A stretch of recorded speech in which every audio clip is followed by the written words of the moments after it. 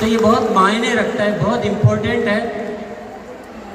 अच्छा ये हुआ है कि सरकार ने इस दिशा में ध्यान दिया, इसके कानून बनाए, इसको एक अच्छी पहचान दी। ये एक हमारे लिए बहुत सूचना अच्छी है, अन्यथा ये बहुत चुनौती का कार्य है। ये इसमें बहुत सारी चुनौतियां हैं। आप सब ने बहुत संघर्ष करके ये मुकाम हासिल किया, ये आसानी से नहीं हासिल होते हैं। बहुत सारी संस्थाएं इसमें कार्य शुरू करती है, पर कुछ ही होती है जो आगे बढ़ पाती है। इसका मतलब कोई तो चुनौती है, इतना आसान तो नहीं है। इसलिए आप सभी बहुत बहुत बधाई के पात्र हैं। मैं बस एक निवेदन आप सभी से करना चाहूँगा। यहाँ पर बहुत सारे हमारे जो भी डायरेक्ट सेलर्स आए और उन्होंने कुछ अपनी उपलब्धियों की बात की कि मैंने ये इसमें हासिल किया। मैं एक ही अनुरोध करना चाहूँगा, ये डायरेक्ट सेलिंग में जो उपलब्धियाँ हैं ये बाई प्रोडक्ट है, ये अपने आप आएगी। इसकी ज़्यादा आपको फिक्र करने की और जिक्र करने की कोई ज़रूरत नहीं है। थोड़ा इससे ऊपर आइए। फिर देश के बारे में कौन सोचेगा? देश की जिम्मेदारी लीजिए, समाज की जिम्मेदारी लीजिए। ये जो उपलब्धियां हैं अपने आप आती रहेगी, बहुत आएगी, बहुत बड़ी बड़ी आएगी। लेकिन सबसे बड़ी जरूरत है इस देश का विकास करने की। इस देश की बहुत सारी समस्याओं को हम अपने माध्यम से दूर करें, स्वास्थ्य को अच्छा करें, आपस के प्रेम भाईचारा को ठीक करें। इतनी जो नफरतें, इतनी लड़ाई झगड़े, इतनी जो बातें हो रही इस देश में, उसको ठीक करने का माध्यम है डायरेक्ट सेलिंग। जब इससे इतना बड़ा किया जा सकता है तो हम छोटी चीज़ों में क्यों इतना मशगूल हो जाते हैं? तो मैं सब आप सबसे क्योंकि एकत्रित हुए तो आज उस विषय पे बात करने का मौका है। इससे सब कुछ किया जा सकता है।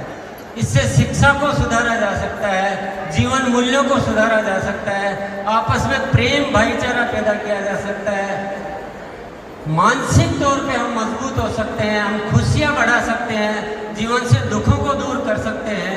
जब सब कुछ कर सकते हैं तो व्यक्तिगत स्वार्थ छोड़ के अगर देश हित में हम काम करें और सब मिलजुल के करें, हमारे आपस में कोई प्रतिस्पर्धा नहीं होनी चाहिए। हमें प्रतिस्पर्धा है जो अभी डायरेक्ट सेलिंग को नहीं समझे हैं, उनसे प्रतिस्पर्धा है। आपस में प्रतिस्पर्धा करना ये बिल्कुल भी न तो जरूरत है न ये उचित है।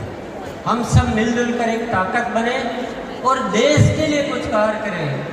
सरकार अपने स्तर पर कार्य करती है, सामाजिक संस्थाएं अपने स्तर पर कार्य करती है, लेकिन डायरेक्ट सेलिंग इंडस्ट्री जो कर सकती है, शायद आप इशारे में मेरी बात को समझ रहे होंगे, सबकी अपनी अपनी सीमाएं होती हैं, सबके अपने अपने दायरे होते हैं, लेकिन ये इंडस्ट्री ऐसी है जिसकी कोई सीमा नहीं है। ये सीमाओं को लांघ चुकी है, ये सीमाओं को पार कर चुकी है। हमें ऐसा करके दिखाना है, ऐसा करके दिखाना है कि सरकार भी ये मानने के लिए मजबूर हो जाए कि देश के विकास में डायरेक्ट सेलिंग इंडस्ट्री का सबसे महत्वपूर्ण रोल होता है। अपनी नीतियां बनाते समय हमें भी याद किया जाए, जितने भी सामाजिक समस्याएं हैं उसके लिए डायरेक्ट सेलिंग इंडस्ट्री को याद किया जाए, उनको बुलाया जाए कि देश में ये विषय है, आप लोग थोड़ा मदद कीजिए, आप हमारे साथ आइए। तो थोड़ा बढ़कर सोचिए, थोड़ा बढ़कर सोचिए। हम इनकम का जिक्र तो कर देते हैं, लेकिन क्या पहले दिन इनकम आ जाती है? क्या सबको आ जाती है? इन सच्चाइयों को छिपाने की कहीं जरूरत नहीं है। जो मेहनत करेगा उसको इनकम भी आएगी, जो नहीं करेगा उसको नहीं आएगी। किसी को मिसगाइड कभी नहीं करना चाहिए, ये थोड़ा सा अदरवाइज हो जाता है। और जब हम सामूहिक तौर पे कोई कार्यक्रम करें तो प्लीज़ ये जिक्र तो नहीं किया जाए तो अच्छा है। ये हमारी भी कोई वैल्यूज होनी चाहिए, डायरेक्ट सेलिंग इंडस्ट्री भी कोई वैल्यूज होनी चाहिए। इनकम अपना पर्सनल आपकी मीटिंग सेमिनार होती है, तब हम जिक्र करें, बहुत अच्छी बात है। जब सामूहिक स्तर पर कोई आयोजन होता है तो हमें कुछ बड़ी बात करनी चाहिए, कुछ ऊपर निकलना चाहिए, कुछ देश की बात करनी चाहिए, कुछ सामाजिक विकास की बात करनी चाहिए। और हम सबको मिलकर आज एक संकल्प लेकर जाना है कि हमको इस कार्य के माध्यम से इस देश को अच्छा बनाना है, जीने लायक बनाना है, विश्व गुरु बनाना है। तो यही मेरा आप सबसे अनुरोध है।